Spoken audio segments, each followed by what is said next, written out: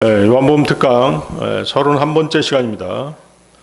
오늘은 요한복음 7장 14절에서 24절까지 말씀드리도록 하겠습니다. 겉모양을 따라 판단하지 말고 다만 의로운 판단으로 판단하라는 주제가 되겠습니다. 지난 시간에는 주님의 탄생과 재림이 장막절이라고 말씀드렸습니다.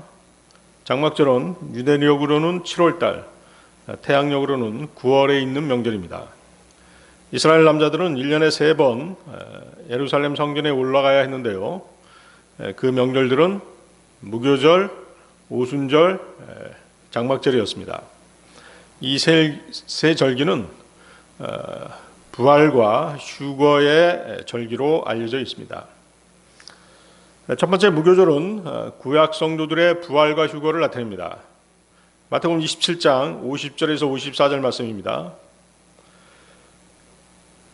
그러고 나서 무덤들이 열렸으며 잠들었던 많은 성도들의 몸이 일어났으니 그분의 부활 후에 무덤들에서 나왔고 거룩한 도성으로 들어가서 많은 이들에게 나타났더라.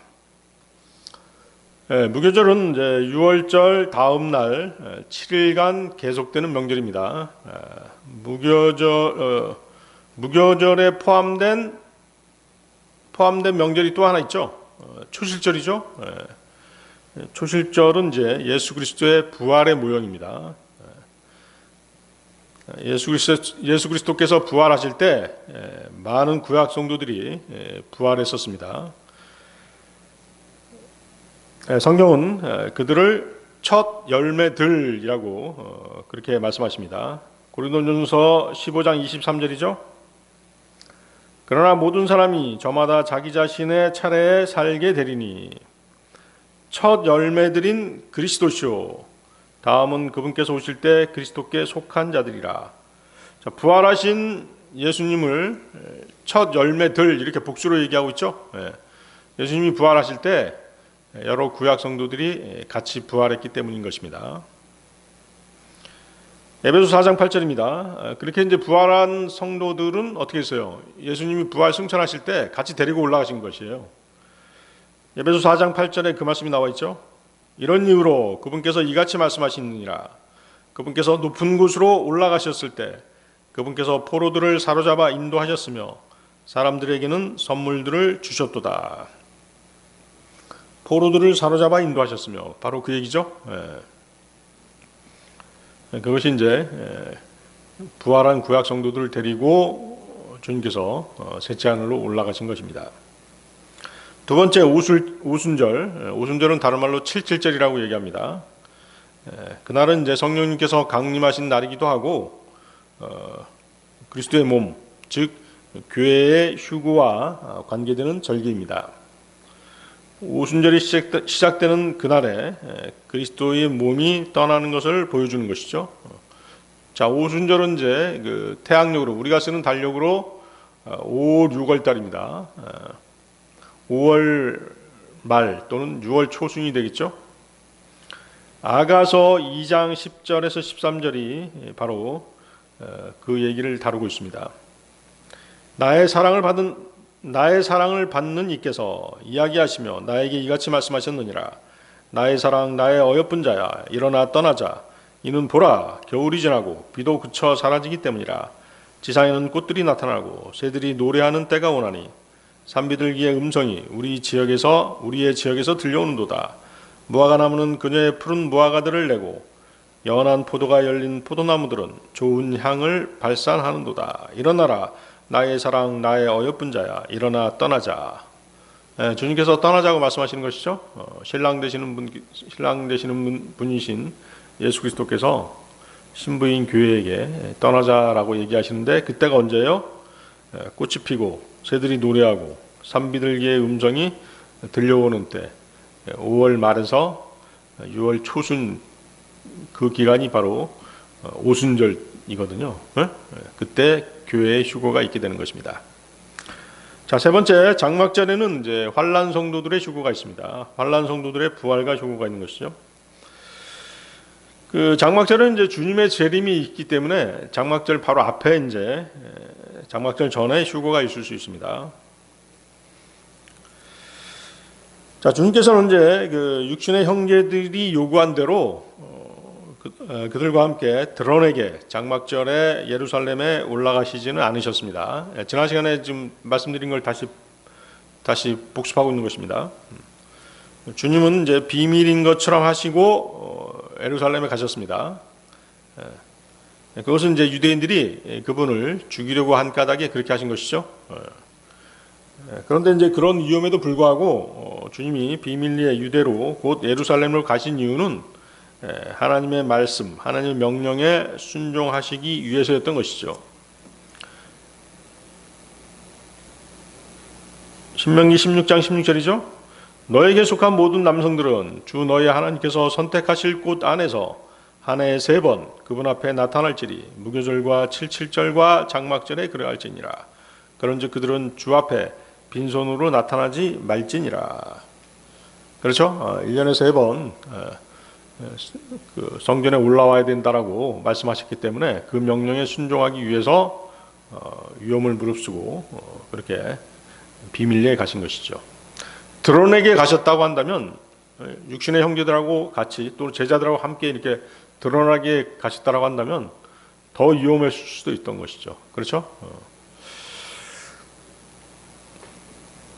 예수 그리스도께서는 육신으로는 이스라엘에서 나셨고 율법 아래 나셨습니다.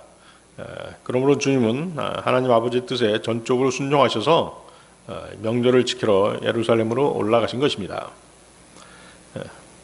주님은 하나님 아버지의 모든 약속에 대해서 항상 예스, 예로만 대답하시고 순종하신 것이죠. 자, 요한복음 7장 14, 15절 보시겠습니다. 요한복음 7장 14, 15절. 이제 명절의 중간쯤에 예수님께서 성전으로 올라가셔서 가르치셨더라. 그러자 유대인들이 놀라워하며 말하기를 이 사람은 전혀 배우지 못하였는데 어떻게 글자들을 아는가 하였더라. 주님은 앞서 요한복음 2장에서 그 성전을 장사치들이 차지하고 앉아서 성전을 더럽히시는 것을 보시고 그들을 내어 쫓으시고 성전을 정화시키셨습니다. 그리고 요한복음 5장에서는 주님이 고쳐주신 38년 된 병자를 성전에서 다시 만나서 더 악한 것이 너에게 임하지 않도록 더는 죄를 짓지 말라라고 그렇게 당부하셨습니다. 그리고 여기 7장에서는 주님께서 처음으로 성전에서 가르치시는 장면이 나오고 있는 것입니다.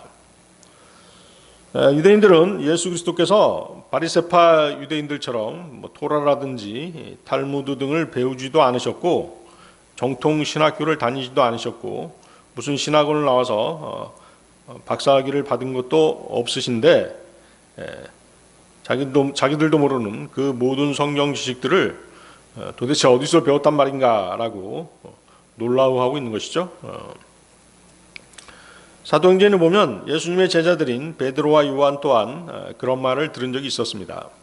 사도행전 4장 13절인데요. 이제 그들이 저들을 배우지 못하고 무죄한 사람들로 알았던지라 베드로와 요한의 담대함을 보자 스스로 놀라워하였더라. 이어서 그들은 저들이 예수님과 함께 있었다는 저들에 관한 정보를 알게 되었더라. 유대인들은 예수님께서 배우지 못한 무식한 목수의 아들 정도로 그렇게 생각하고 있었던 것입니다. 그들의 눈에는 예수 그리스도께서 성경 말씀, 성경의 교리를 가르칠 자격이 있다라고 믿을 수 없었던 것이죠. 세상 사람들은 소위 말하는 라이센스, 자격증이라든가 학벌이 뒷받침되지 않는 사람이 누군가를 가르치는 것을 용납할 수 없는 것입니다. 그들은 나름대로의 기준을 설정해 놓고 그 기준에 따라 자격이 있다, 자격이 없다라고 판정해 버리는 것이죠. 그러니까 자격이 있고 없고는 누가 그 기준을 만들었느냐에 따라 달라질 수밖에 없고 어떤 기준에 따르느냐에 따라 자격이 있고 없고가 판정되는 것이 세상의 풍조인 것입니다. 베드로와 요한이 세상 사람들의 기준으로 볼 때는 배우지 못한 무식한 사람들이었던 것은 사실입니다. 그들은 세상 학문에 관한 대단히 무식한 사람들이었습니다. 그러나 그들은 세상 학문으로 그들의 자격을 판정받아야 할 그런 부류의 사람들은 아니었습니다. 그들은 진리를 전파하시는 전파하는 하나님의 사람들이었기 때문에 그 자격을 세상 학문의 기준과는 다른 하나님의 기준으로 판정받아야 했던 사람들이었던 것이죠. 베드로와 요한은 그 누구보다도 담대하게 진리를 선포했습니다. 그 담대함은 육신을 입고 오신 하나님이시고 진리이시며 생명이신 예수 그리스도와 함께 있었다는 그 자격으로 담대하게 말했던 것입니다. 진리이신 분에게 듣고 배운 그들은 얼마든지 담대하게 그리스도를 증거하고 하나님의 말씀을 정확하게 전파할 충분한 자격을 갖추고 있었던 것입니다.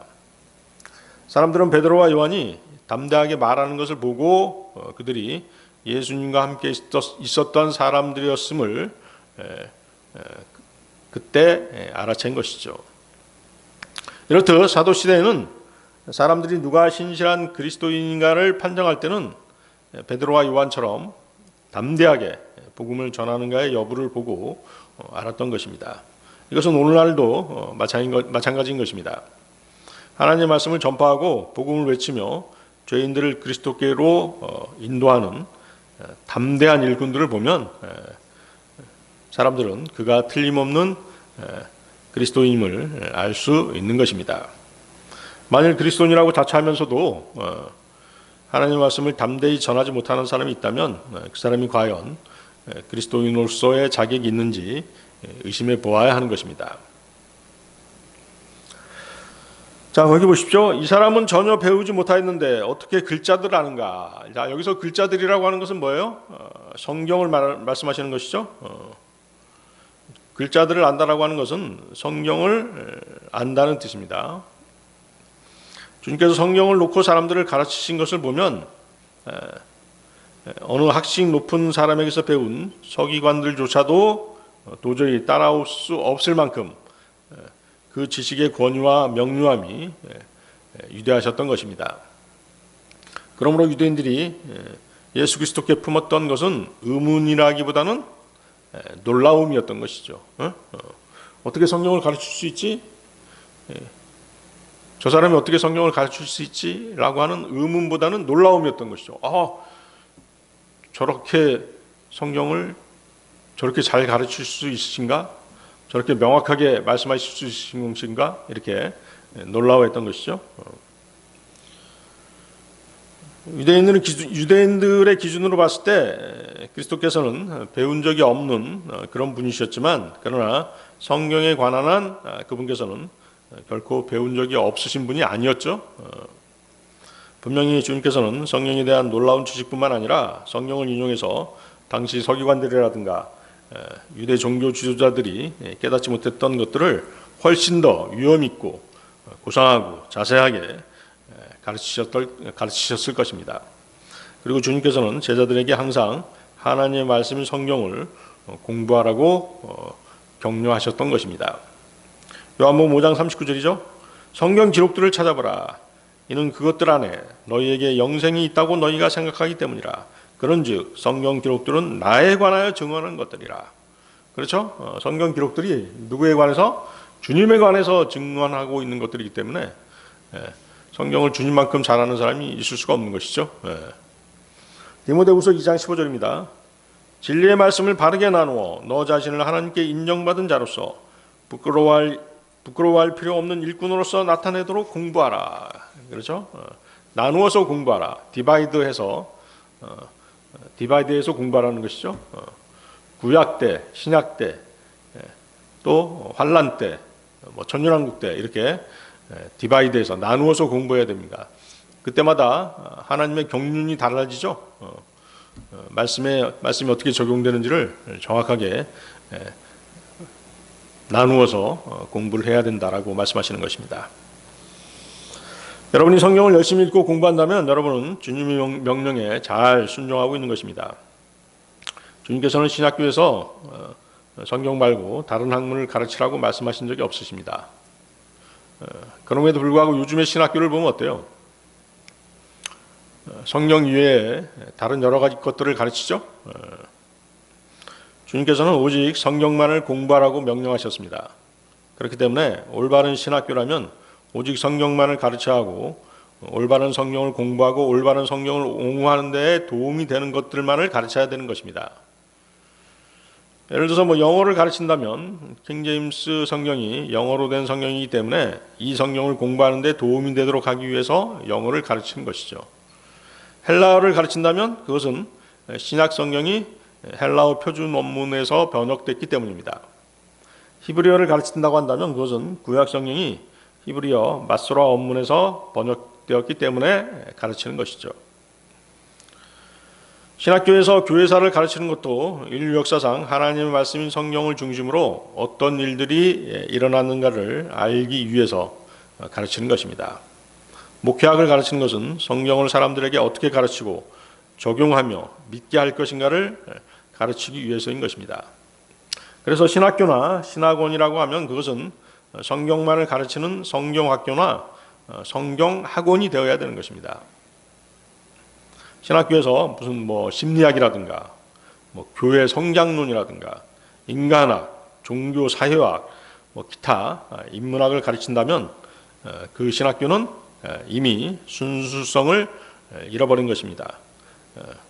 세상 학문을 가르치는 오염된 곳이 되어버린 것이죠. 성령님께서는 성경을 알기 원하는 모든 사람들을 모든 진리로 이끌어 주시겠다라고 그렇게 약속하셨습니다. 요한복음 16장 13절이죠. 진리의 영이신 그분께서 오시면 그분께서 너희를 모든 진리 가운데로 인도하시리라. 자, 여러분들은 이제 이 약속대로 성경을 알고자 성경을 열심히 공부하기만 하면 그런 열정을 가지고 공부하기만 하면 성령님께서 모든 것을 깨우쳐 주시는 것입니다. 하나님께서는 여러분을 가르치시고 성경을 깨우쳐 주시기 위해서 줄거이 사람들을 도구로 사용하셔서 그렇게 하시는 것입니다. 또는 더 큰 영예와 특권을 부여하셔서 여러분을 직접 가르쳐 주시기도 하시는 것입니다. 말씀을 배우는 우리는 겸손하고 부지런히 주님을 의지하고 주님의 인도하심에 따라서 그분을 섬기고 그분의 뜻을 찾으면 모든 것이 그분의 약속대로 이루어지는 것입니다. 모든 진리 가운데로 인도하시겠다라고 하는 주님의 확실한 약속이 우리에게 이루어지는 것입니다. 그래서 그 열정이죠. 주님의 말씀, 주님의 진리를 알겠다라고 하는 그 열성이 중요한 것입니다. 시편 25편 9절인데요. 그분께서 온유한 자들을 공의로 안내하시리라. 그분께서 온유한 자들에게 자신의 길을 가르쳐 주시리라.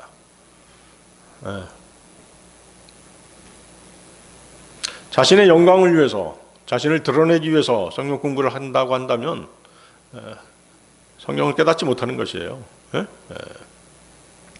사람들이 그 사실을 잘 모르더라고요. 내가 막 이름을 내기 위해서, 내가 너보다 더 많이 알아, 그럼 어떤 욕심을 낼 수 있죠. 성경 지식에 관한 어떤 욕심은 낼 수 있어요. 많이 알겠다라고 하는 그런 욕심을 낼 수 있지만 자기 이름을 내고 자기가 영광받기 위해서 그래서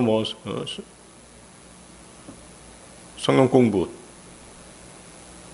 그런 식으로 그런 목적으로 한다라고 한다면 하나님께서는 깨우쳐 주시지 않는 것이에요. 그 사람에게는 명확한 한계가 있는 것입니다. 자, 요한복음 7장 16, 17절로 가겠습니다. 예수님께서 그들에게 대답하여 이같이 말씀하셨느니라. 나의 교리는 나의 것이 아니요 오직 나를 보내신 분의 것이라. 누구든 그분의 뜻을 행하려고 한다면 그는 그 교리에 관하여 알리니 그것이 하나님께로부터 나왔는지 아니면 내가 나 자신에 관하여 말하는 것인지 알리라. 자, 예수 그리스도께서는 그분의 영광을 구할 목적으로 이 말씀을 하신 것이 아니라 육신을 입고 오신 하나님의 아들로서, 다시 말해 하나님의 신실한 종으로서 이 말씀을 하셨다는 것을 우리는 기억해야 되는 것입니다. 요한복음 8장 28절에서도 주님은 이렇게 말씀하셨죠. 내가 아무것도 스스로 하지 아니하고 다만 나의 아버지께서 나를 가르치신 대로 내가 이런 것들을 말하는 줄 알리라. 자, 이 말씀은 뭐냐면 예수님께서는 지금 그분의 교리, 그분이 가르치고 있는 교리가 초자연적인 계시임을 말씀하시고 계신 것이죠. 또 아울러서 자신에게 진리를 가르쳐 주신 하나님 아버지께 모든 영광을 돌리고 계신 것입니다. 사도 바울 역시 이런 주장을 했었습니다. 갈라디아서 1장 11, 12절인데요. 그러나 형제들아 내가 너희에게 화가 나노니 나에게서 선포된 복음은 사람을 따른 것이 아니니라. 이는 내가 그것을 사람으로부터 받지도 아니하였고 내가 그것을 사람으로부터 배우지도 아니하였기 때문이라. 오직 그것은 예수 그리스도의 계시를 통하여 받은 것이라. 그렇죠? 자, 요한계시록 같은 경우도 예수 그리스도의 계시, 리벨레이션이라고 말씀하시죠. 사람의 지혜로는 알 수 없는 주님의 가르치심, 이것이 계시인 것이에요. 주님께서 가르쳐주지 않은 것을 얘기하면은 그 사람 스스로 말한 것이 되잖아요. 아시겠습니까? 성경을 그렇게 해석하게 되면 스스로 막 자기 나름대로 해석하게 되면 그것이 바로 이단 교리가 되는 것이잖아요. 계시록 1장 1절입니다. 예수 그리스도의 계시라. 이 계시는 하나님께서 그분의 종들에게 반드시 속히 일어날 일들을 보이시려고 그에게 주신 것이요 그분께서 자신의 천사를 보내시어 그의 천사를 통하여 자신의 종 요한에게 그것을 알려주신 것이라. 예. 그렇죠? 예수님께서 그분의 천사를 보내셔서 요한이 깨우치게끔 요한계시록 그것을 가르쳐 주신 것이에요. 요한계시록에 대한 내용을. 그런데 어때요? 요즘에 이단들과 은사주의자들 가운데는 어때요? 하나님으로부터 뭐 직통 계시를 받았다는 등 그렇게 주장하는 사람들이 많이 있죠. 하나님의 음성을 직접 귀로 들었다든가 현시로 무엇을 보았다든가 하면서 무슨 예언 같은 것을 얘기하는 것이죠. 듣거나 볼 수는 있어요. 그렇지만 그것이 뭐 성경 이외에 어떤 것을 예언한다든가 하는 것은 그것은 뭐예요? 마귀 장난인 것이죠. 지금 예언되어 있는 것은 다 뭐예요? 예언은 다 성경이 다 나와 있잖아요. 그것이 하나하나 지금 성취되고 있는 과정이지 새로운 예언을 주신다든가 그러진 않잖아요. 성경 이외의 예언을 또 다른 예언을 주신다든가 그러진 않아요.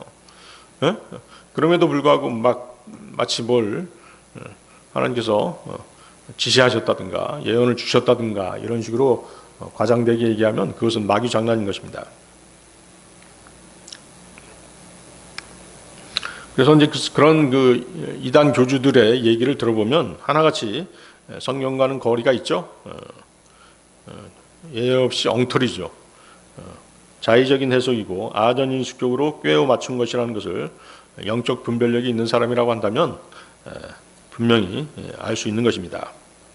거기 17절 보십시오. 요한복음 7장 17절.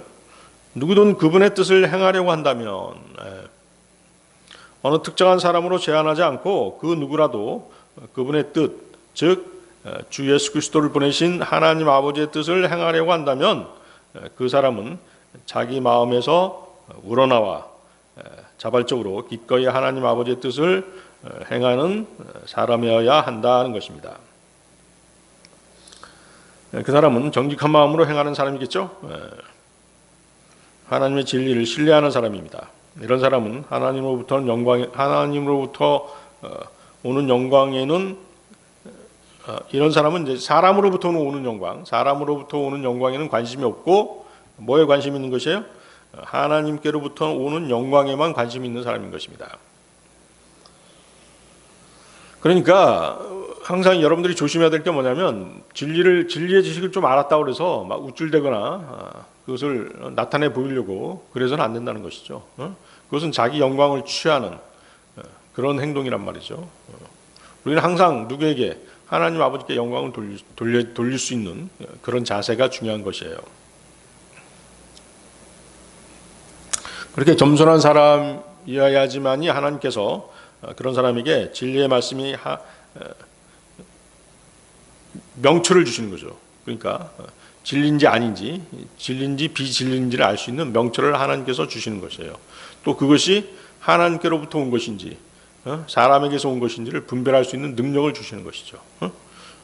그런 겸손함이 없이 자신의 영광을 구하려고 하는 사람이라고 한다면 그런 명철을 주시지 않으시는 것입니다. 성령님께서 비추어 주시는 빛을 따라 행하려는 성실한 마음을 갖지 않는 자들, 특히 자신의 영광을 구하려는 자들에게는 하나님께서 말씀에 대한 영적 조명을 비춰주시지 않으시는 것입니다. 그렇기 때문에 하나님의 말씀으로부터 영적 지식을 얻고자 한다면 하나님께서 깨우쳐 주신 뜻을 실천하려고 하는 진실한 마음이 있어야 되는 것입니다. 마음이 바른 사람에게는 하나님께서 진리를 깨달을 수 있는 능력을 부어주시는 것입니다. 이런 사람이야말로 주 예수 그리스도를 신실하게 섬기는 사람이겠죠.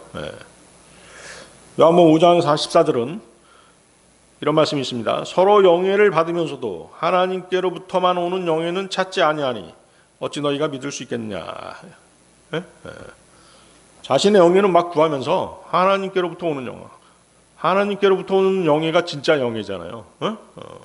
그것은 전혀 생각하지 않고 오직 세상에서 사람들로부터 받는 영예만을 생각하는 그런 사람들이 너무 많죠. 그렇죠?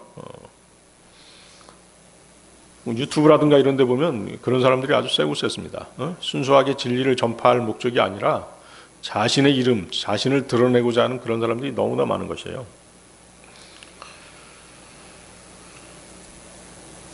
성경 말씀에 근거한 정확한 교리를 전하느냐, 그렇지 않느냐의 문제는 지성의 문제가 아니라 말씀을 전하는 사람들의 마음의 문제인 것이죠.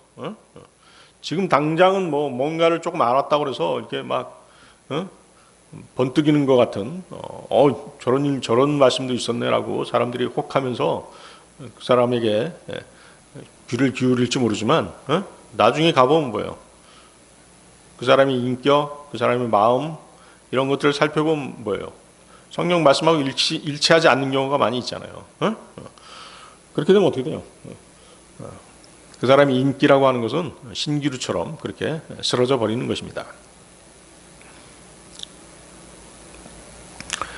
하나님의 계시된 뜻을 하나님께서 계시해 주신 뜻을 실행하고자 하는 순전한 마음으로 소망하는 것, 그것이야말로 영적인 지식을 구하는 데 있어서의 기본적인 조건인 것입니다.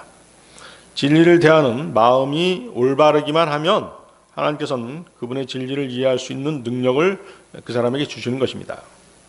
마음이 올바르지 않다면 하나님의 진리를 안다고 해도 그것이 무슨 의미가 있겠습니까? 하나님께서는 우리가 그분의 말씀의 빛을 따라 걷기를 진실로 열망하지 않으면 우리에게 진리의 빛을 비춰주시지 않으시는 것입니다. 성경을 공부하는 자의 동기가 순수하다면 그는 성경의 가르침이 하나님께로부터 왔다는 것을 성령님의 도우심으로 수없이 많은 논리적인 근거들보다도 훨씬 더 확고하고 결정적으로 확신할 수 있는 것입니다. 그러니까 순수하지 않은 사람은 영적 분별력이 떨어져 버리는 것이에요. 영적 분별력이 없는 것이죠. 옳고 그른 것을 정확하게 판단하지 못하는 것입니다. 아시겠습니까? 진리가 저것이 정확한 진리인지 저렇게 행해도 되는지 분별할 수 있는 능력, 그 능력은 마음이 순수한 사람들에게 하나님께서 주시는 것이라는 것이죠. 아시겠어요? 그래서 바른 진리를 탐구하고자 하는 사람이 순수하고 올바른지는 그 말씀을 가지고 주님께 영광을 돌리느냐 아니면 자신이 영광받고자 하느냐의 차이에서 바로 알 수 있는 것입니다. 요한복음 7장 18절이 바로 그 말씀을 하고 계시죠. 자신에 관하여 말하는 자는 자기 자신의 영광을 찾느니라. 그러나 자신을 보내신 분의 영광을 찾는 자 바로 그는 참되며 그 안에 불의가 전혀 없느니라. 바로 그 차이인 것이죠. 그래서 이 말씀은 오늘날 하나님의 일꾼으로 부르심을 받았다고 하는 모든 사람들에게 경각심을 일깨우는 준엄한 말씀인 것입니다.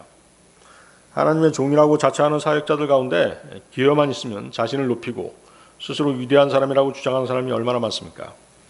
진정한 하나님의 일꾼이었던 사도 바울은 자신을 일컬어 이렇게 말했습니다. 고린도전서 15장 9절인데요. 이는 내가 사도들 중에 가장 작은 자이기 때문이니 나는 사도라고 불리는 것도 알맞지 아니하도다. 자, 이런 겸손함이 있어야 되는 것이죠. 자, 에베소 3장 8절에서도 모든 성도들 중 가장 작은 자보다 더 작은 나, 그렇죠? 모든 성도들 중 가장 작은 자보다 더 작은 나, 이렇게 스스로를 낮추었던 것입니다. 이런 겸손한 마음이 하나님께서 사도 바울을 높여주게 된 계기가 된 것이죠. 한 사역자가 하나님의 부르심을 받은 사람인지 아닌지 여부는 그가 자신을 높이고 있느냐, 아니면 하나님을 높이고 있느냐, 자신의 영광을 추구하고 있느냐, 아니면 하나님의 영광을 구하고 있느냐, 그리고 자신을 말하고 있느냐, 예수 그리스도를 말하고 있느냐를 보면 쉽게 알 수 있는 것입니다. 사람이 스스로 말하거나 또는 스스로의 생각으로 말한다고 하는 것은 그의 메시지가 하나님께로부터 나온 것이 아니라 자기에게서 나왔다는 것을 뜻하는 것입니다. 그러한 사람은 자기 자신의 영광을 구하는 것이죠. 그는 사람들의 이목이 자신에게 집중되기를 원하는 것입니다. 그는 자신이 영광을 받고 자기가 높아지는 것을 목표로 성경 공부를 하고 있는 것입니다. 다른 한편으로 자신을 보내신 분의 영광을 구하는 사람은 참된 사람입니다. 그 안에는 불의가 전혀 없는 것입니다. 우리는 사도 바울과 같이 진심으로 이렇게 말할 수 있어야 되는 것입니다. 고린도후서 4장 5절인데요. 이는 우리가 우리 자신을 선포하는 것이 아니라 오직 주이신 그리스도 예수를 선포하기 때문이라. 그렇죠? 자, 요한복음 7장 19절 20절로 가겠습니다.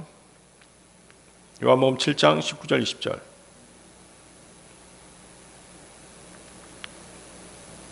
모세가 너희에게 율법을 주지 아니하였느냐? 그럼에도 너희 중 아무도 율법을 지키지 아니하느니라. 어찌하여 너희는 나를 죽이려고 하느냐? 백성이 대답하여 말씀드리기를 당신은 한 마귀에 들렸도다. 누가 당신을 죽이려고 하는가 하였더라. 자, 예수 그리스도께서는 유대인들의 마음속을 훤히 들여다보시고 그렇게 지금 이렇게 말씀하신 것이죠. 예수님께서는 율법을 받았으면서도 그것을 지키지 아니하는 그들을 책망하고 계신 것입니다. 그들은 자신들을 모세의 제자라고 고백했습니다. 그럼에도 불구하고 그들은 주님께서 안식일에 병자를 고치셨다는 그 이유만으로 예수님을 죽일 생각을 품었던 것이죠. 그렇죠?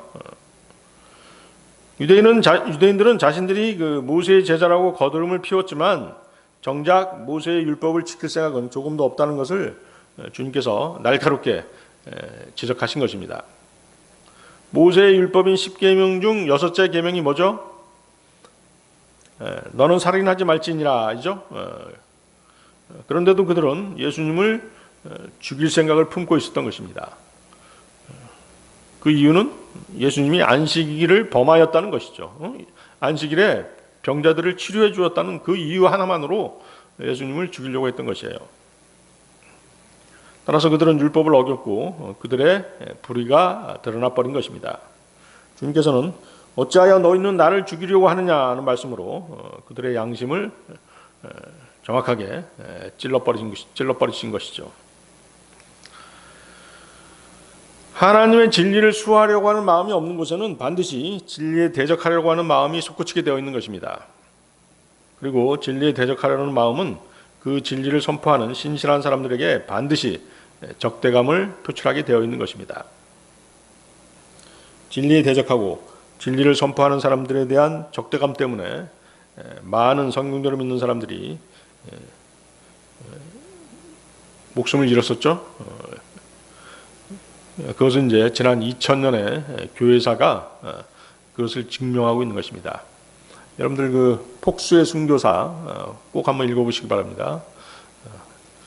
얼마나 많은 성경대로 믿는 사람들이 진리를 증거하다가 진리를 반대하는 사람들, 진리에 대해서 적대감을 표출하는 사람들에게 죽음을 당했던 것입니다.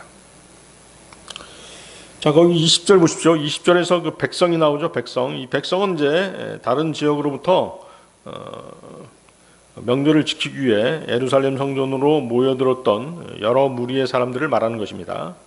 이들은 유대인 종교 지도자들이 예수 그리스도를 죽이려는 생각을 품고 있었던 것을 알지 못했던 사람들이죠. 그래서 예수 그리스도를 향해서 누가 당신을 죽이려고 한단 말이오? 당신 미친 거 아니오? 라고 이렇게 주님을 비난했던 것입니다. 그들은 하나님께서 육신을 입으시고 이 땅에 오신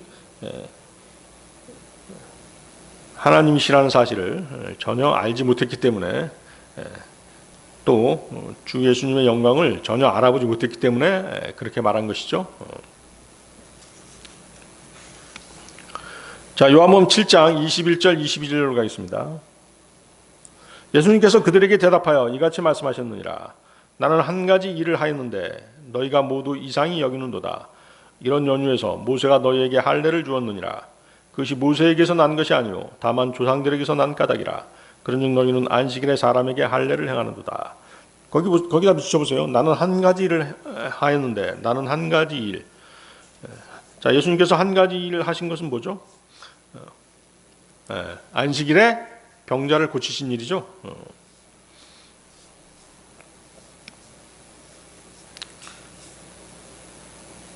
그래서 유대인들은 이제 그 안식일에 주님께서 병자를 고치셨기 때문에 이 일을 이제 트집 잡아가지고 예수님을 죽이려고 그렇게 계획한 것이었습니다. 자, 예수님께서는 이제 백성들의 그런 어떤 모욕이죠, 일종의. 누가 당신을 죽이려고 한단 말이요. 당신 미친 거 아니요? 이렇게 얘기한다라고 하는 것은 육신을 입고 오신 하나님에 대한 모욕인 것이죠, 사실은. 신성 모독인 것이죠. 그런 것들을 이제 상관하지 않으시고 그들을 상대로 말씀을 계속 이어 나가시는 것이죠. 예수 그리스도께서는 육신을 입고 이 땅에 오셔서 말할 수 없는 그런 모욕, 수모를 당하셨지만 한 번도 모욕을 모욕으로 갚으신 적이 없으셨습니다. 베드로전서 2장 21절 23절이죠. 심지어 너희가 이 일로 부르심을 받았기 때문이니 그리스도께서도 우리를 위하여 순환을 겪으시어 우리에게 본보기를 남기심으로써 너희로 하여금 그분의 발자취들을 따라오도록 하셨기 때문이라. 그분께서는 죄를 짓지 아니하셨고 그분의 입안에서는 기만도 발견되지 아니하였도다. 그분께서는 자신이 욕을 들을 때 맞대어 욕하지 아니하셨느니라. 그분께서 순환을 겪으셨을 때 자신은 위협하지 아니하셨고 다만 의롭게 심판하시는 분께 자신을 맡기셨느니라.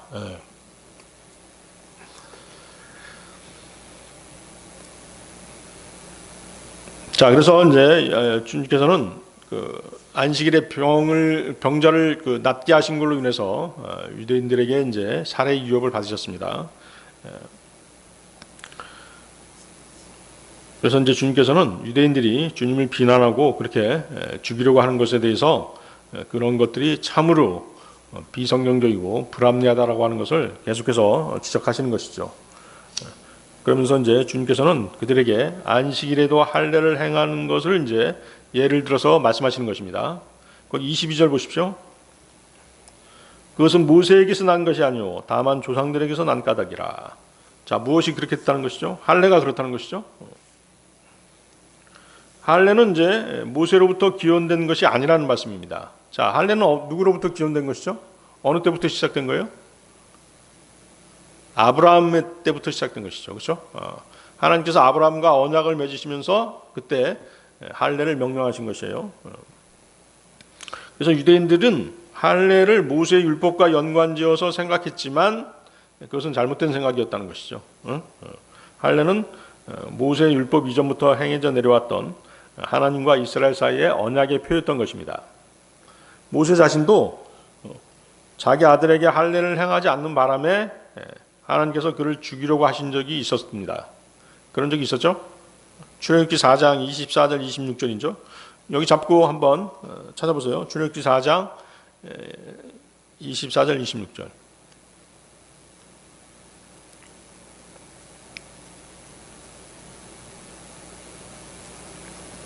다시 한나요? 네.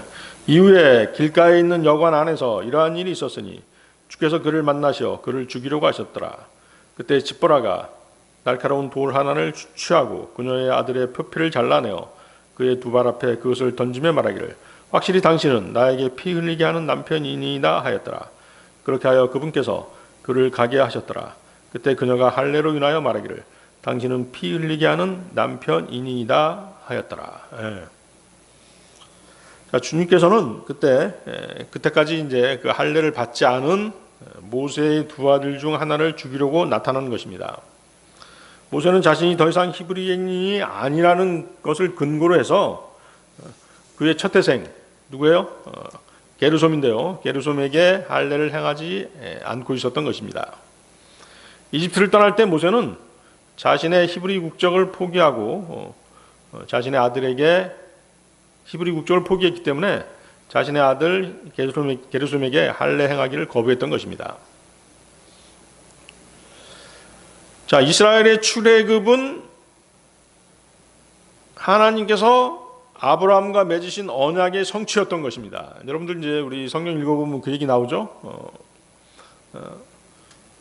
아브라함의 후손들이 어디로 끌려가서 이집트로 끌려가서 이집트에서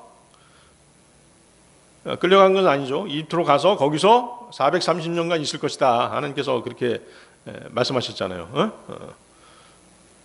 그러다가 가나안 땅으로 돌아올 것이다라고 하나님께서 말씀하셨던 것이에요. 그것이 바로 뭐예요? 하나님께서 그들을 인도에 내시겠다라고 하나님께서 약속하셨잖아요. 아브라함의 언약의 일부분이었단 말이죠. 따라서 이스라엘은 언약 백성의 징표로서 또 언약 백성의 정체성을 지키기 위해서 마땅히 할례를 행하지 않으면 안 됐던 것이죠. 왜? 하나님과 아브라함이 언약을 맺을 때 어떻게 했어요? 너에게서 태어난 아이들, 종이든 자유인이든 너의 자식이든 8일째가 되면 무조건 어떻게 해야 된다? 할례를 행해야 된다라고 하나님께서 명령하셨잖아요. 자, 할례에 대해서는 이제 나중에 다시 한번 또 얘기할 기회가 있을 것입니다. 자, 할례는 뭐의 예표지? 뭐의 예표입니까? 자, 구원받기 전에 어떻게 돼요? 몸과 혼이 이렇게 붙어 있다고 그랬죠? 구원받은 다음에 어떻게 돼요? 하나님께서 영적 수술로 몸과 혼, 육과 혼을 떼어 놓으신다고 말씀드렸잖아요. 성경에 그 얘기가 있죠? 영적 할례, 그것이 영적 할례잖아요. 바로 그것의 모형인 것이에요. 창세기 17장 9절 11절 한번 보시겠습니다. 창세기 17장 9절 11절. 창세기 17장 9절 11절. 그리고 하나님께서 아브라함에게 이같이 말씀하셨느니라. 그러므로 너는 나의 언약을 지킬지니 너와 너의 뒤를 잇는 너의 씨가 그들 대대로 언약을 지킬지니라. 이것이 너희가 지킬 나의 언약 곧 나와 너희와 너희 뒤를 잇는 너의 씨 사이에 맺은 언약이니 너희 가운데 있는 모든 남자아이마다 할례를 받을지니라. 그리고 너희는 너희 피의 살에 할례를 행할지니라. 그리하면 그것이 나와 너희 간의 언약의 징표가 되리라. 언약의 징표라고 말씀하시죠? 자, 그런데 그 이스라엘 백성들을 가나안으로 이끌고 갈 새로운 지도자로 세움받은 모세가 자신의 아들에게 할례를 행하지 않은 것은 어때요? 언약 백성으로서 있으면 안 되는 일이잖아요. 그렇죠? 그렇죠? 그래서 모세가 하나님과 맺은 언약대로 할례를 행하지 않는 것은 큰 문제였던 것이에요. 하나님과의 언약이 징표인데 할례를 행하지 않았잖아요. 아브라함의 후손으로 언약 백성의 지도자로 위임돼서 공적인 임무를 수행하기 위해 모세는 할례에 순종해야 했던 것이죠. 그렇지만 하나님과의 언약의 징표인 할례를 행하지 않은 모세는 이스라엘 백성의 지도자가 될 자격이 없었던 것입니다. 그래서 하나님께서 나타나셔가지고 모세를 죽이려고 하신 것이에요.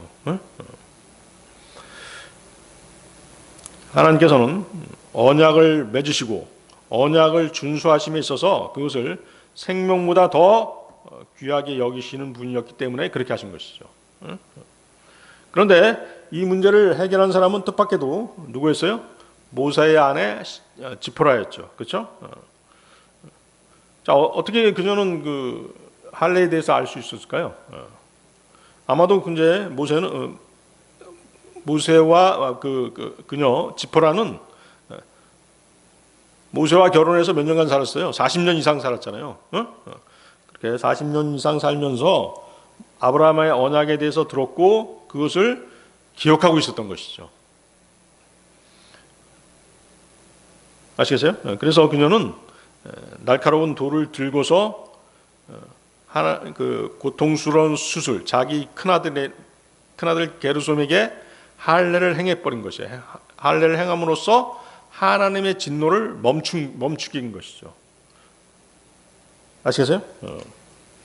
그리고 이제 그렇게 할례를 행한 다음에 모세를 향해서 뭐라고 얘기하는 것이에요? 참 당신은 대단한 남편이군요.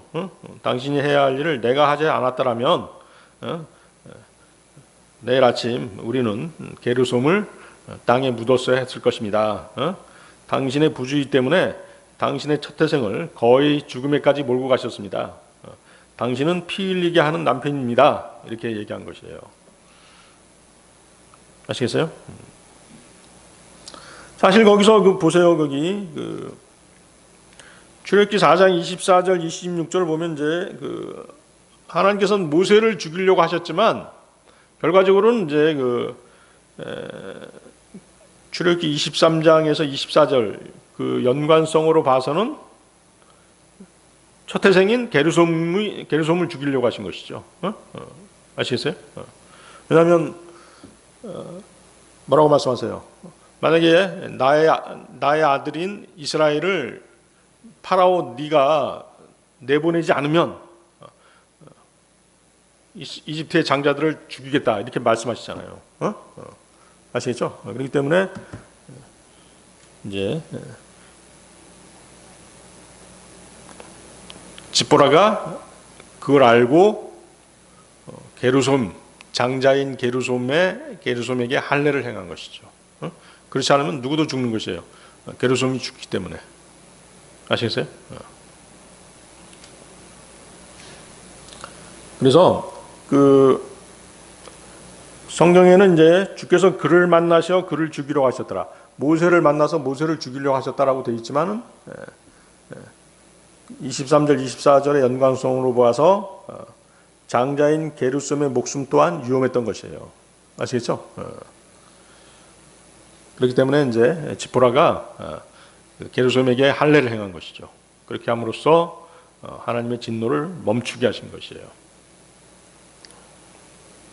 자, 다시 돌아가서 사실이 그러한데도 불구하고 바리새인들은 모세의 율법을 과대 포장해서 모든 것을 거기다 맞추고 실행하고 있었던 것이죠.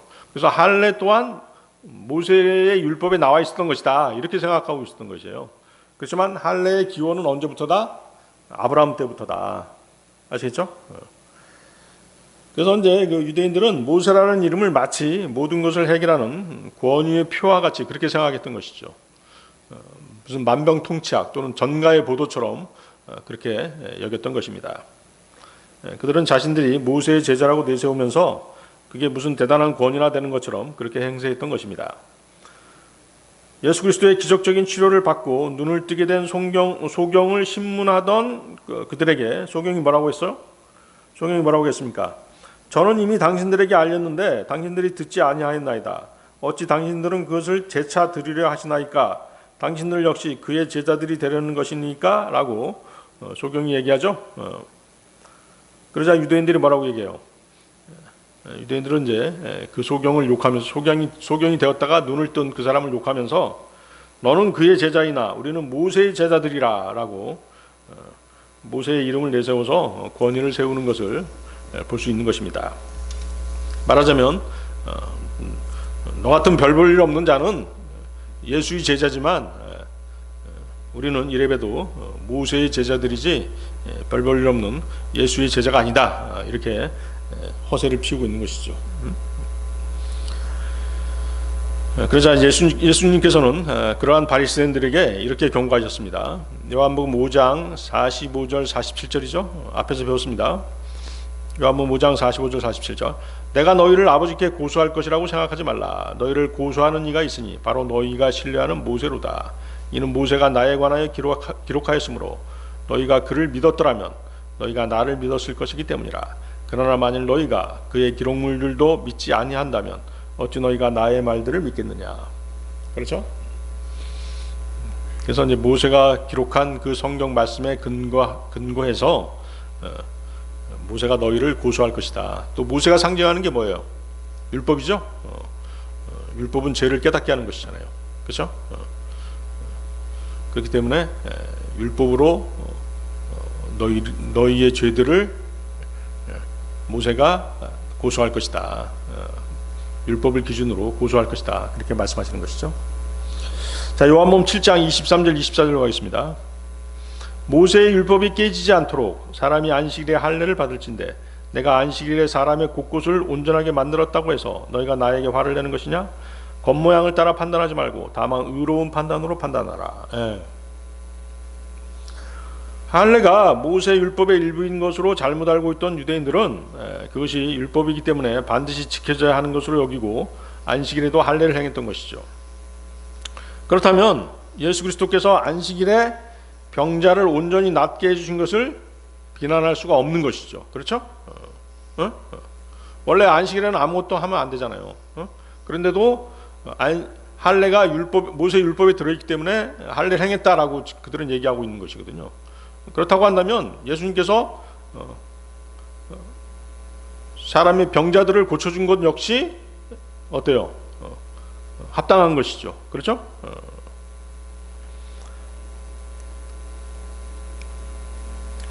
그렇잖아요. 할례를 행하는 것조차도 안식일에 합당하다면 병자를 고쳐주는 것이야말로 더 합당한 일인 것이죠. 그렇죠? 마가복음 2장 27절 28절 말씀입니다.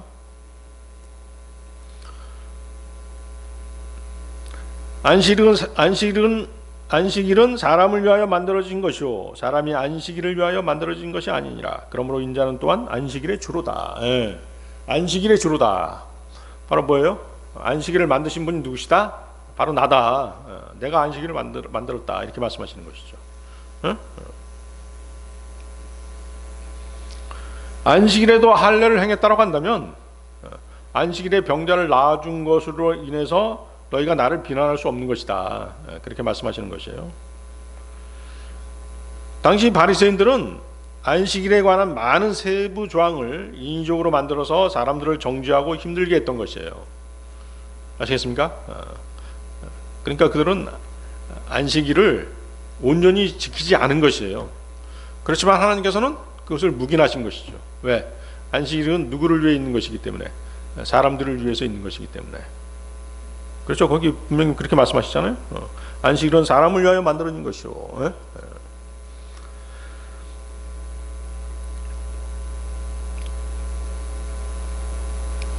직접적인 예를 들면 뭐가 있어요? 안식일은 뭐예요? 하루 쉬는 것이잖아요. 아무것도 안 하고 쉬는 것이잖아요. 그렇죠? 일주일 내내 쉼없이 일하고 하루도 쉬지 않는다면 사람들은 지쳐서 쓰러지고 말 것이에요. 그렇죠? 하나님께서는 안식일 규정을 주시면서 인간들에게 쉼을 주신 것이란 말이죠. 바리새인들은 안식일을 지키는 데에는 열심이었지만 안식일이 왜 있는지에 대한 진정한 의미는 깨닫지 못하고 있었던 것입니다. 그 결과 그들은 사람들에게 안식을 제공하지 못했고 오히려 안식일에 관한 다른 여러 세부 조항들을 만들어 가지고 정죄하고 그것을 지키지 않았다고 정죄하고 억압하고 죄의식의 굴레만을 더 씌웠을 뿐이라는 것이죠. 이에 반해서 예수님께서는 안식일의 분명한 의미와 안식을 사람들에게 되찾아 주시고자 하신 것입니다. 그래서 인자는 또한 안식일의 주로다 하는 말씀이 바로 그것이죠. 주님, 즉 인자가 안식일에 대한 소유권을 주장할 수 있는 하나님이라는 사실을 암시하신 것이죠. 그러므로 예수님은 안식일의 주인으로서 안식일의 참 의미를 오해해서 사람들에게 무의미하고 형식적인 안식일 규정으로 무거운 짐을 지운 바리새인들에게 바른 권위를 가지시고 그렇게 책망하실 수 있으신 분이신 것입니다. 종교적 유선자들인 바리새인들은 예수님께서 안식일을 어겼다라고 비방했지만 주님은 안식일에 관한 모든 문제를 바로 잡으실 수 있으신 안식일을 만드신 분이셨습니다. 그들은 여전히 안식일 준수에 관해 문제 삼고 있었지만 예수님께서는 안식일을 만드시고 통제하실 수 있는 안식일의 주이셨던 것입니다. 그러므로 주님이 안식일에 하는 모든 일들은 아무런 문제가 없으셨던 것이죠. 자, 마가복음 3장에는 예수 그리스도께서 안식일에 회당에 가셨다가 한쪽 손이 오그라진 사람을 만나서 치유해 주시는 그런 장면이 나옵니다. 자, 사람들이 이제 주님께서 이제 회당에 들어오시자 많은 사람들이 몰려들었죠. 왜 몰려드는지 아세요? 주님께서 안식일에도 불구하고 그 손이 오그라진 사람들을 고쳐주시는지 안 고쳐주시는지 그걸 보려고 몰려드는 거예요. 그 얘기는 뭐예요? 예수님이 안식일을 지키시는지 안 지키시는지 그거를 판단하려고 했던 것이죠. 어? 그리고 안 지키면 어떻게 하려고 했어요? 고소하려고 했던 것이죠. 어? 그러자 예수님께서는 그러한 그 사람들의 마음속을 아시고 뭐라고 말씀하십니까? 마가복음 3장 4절인데요. 안식일들에 선을 행하는 것이 합법적이냐 아니면 악을 행하는 것이 합법적이냐, 생명을 구하는 것이 합법적이냐 아니면 죽이는 것이 합법적이냐. 그렇죠? 예. 선을 행하는 것이 합법적이죠. 생명을 구하는 것이 합법적이죠. 살리는 것이 합법적이죠. 바로 그거라는 것이죠. 그것이 기준이 돼야 된다는 것이에요. 선을 행하고 생명을 구하고 살리는 것, 안식일에 해도 된다는 것이죠. 왜? 사람을 위해서 안식일이 만들어졌기 때문에. 그게 하나님의 뜻인 것이에요. 그래서 안식일에도 필수적으로 해야 하는 일들, 또 자비를 베푸는 일을 수행하는 것이 합법적이라는 것을 주님께서 가르쳐 주신 것입니다. 그러자 사람들은 어때요? 아무 대꾸도 못하고 그들은 침묵을 지켰더라고 성경은 말씀하시는 것이죠. 이때 이제 주님께서는 아주 진노하셔서 그들을 둘러보시고 또 그들의 마음이 완악한 것을 슬퍼하셨던 것입니다. 물론 주님께서는 그 손이 오그라져 고통스러워하는 사람을 고쳐주셨습니다. 그러자 바리새인들이 보인 반응이 아주 충격적이었죠. 마가복음 3장 6절인데요. 그러자 바리새파 사람들이 나가서 그분을 대적하여 어떻게 자신들이 그분을 죽일지 헤롯 당원들과 즉각 의논하였더라. 자, 손이 오그라져서 고통스러워하는 사람을 치료해 주셨는데도 불구하고 바리새파 사람들은 어떻게 된 거예요? 안식일을 어겼다라고 하면서 주님을 죽이려고 모의하기 시작한 것이에요. 안식일의 정신을 전혀 모르는 그런 사람들이 바로 바리새파 사람들이었던 것이죠.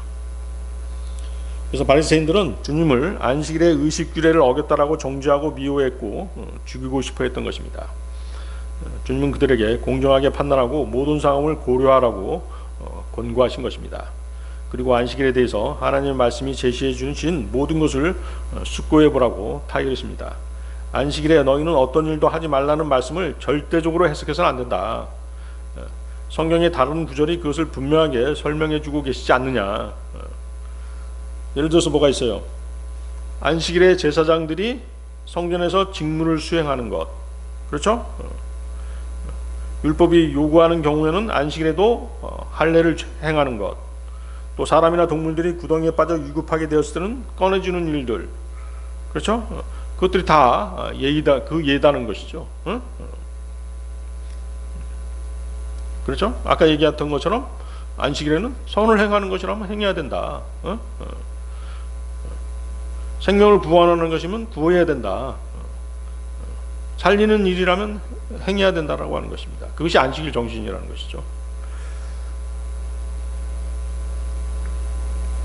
그렇지만 안식일 규례에 묶여있던 유대인들은 이런 것들을 전혀 고려하지 않았던 것입니다. 그들은 안식일 규례의 겉모양으로 모든 것을 판단했던 것이죠. 그들은 율법을 옳은 방향, 즉 성경 말씀에 따른 하나님의 뜻으로 판단하지 못했습니다. 자신들 나름대로 만든 규칙과 조상들의 판례대로 판단한 것입니다. 그러기에 그들의 판단은 불공정했고 불의한 판단을 한 것입니다. 그래서 뭐라고 말씀하세요? 겉모양을 따라 판단하지 말고 다만 의로운 판단으로 판단하라. 자, 이것은 우리들 각자가 반드시 마음에 새겨야 될 아주 중요한 말씀입니다. 자, 우리가 그 믿음 생활할 때 어떤 형제나 자매를 보면 어때요? 그 판단함에 있어서 바리새인들과 같은 그런 형제나 자매들이 있는 것이에요. 응? 그렇죠? 자신에게는 관대하지만 타인에게는 지나치게 비판적이고 가혹한 경우가 그런 것이죠. 응? 우리는 형제 자매들의 연약함과 허약함을 잊어버리고 참된 그리스도인인 그들을 세상의 불신자처럼 대할 그러한 위험성이 있는 것입니다. 그러므로 우리는 상황과 때에 맞는 말씀에 귀를 기울이게 해서 그렇게 실천할 수 있게 해달라고 주님께, 하나님께 은혜를 구해야 되는 것입니다. 겉모양을 따라 판단하지 말고 다만 의로운 판단으로 판단하라. 그것이 바로 상황과 때에 맞는 말씀을 주셔서 거기에 따라서 판단할 수 있게 해달라고 기도하는 그 기도 내용이 되어야 된다는 것이죠. 네, 오늘 여기까지 하겠습니다.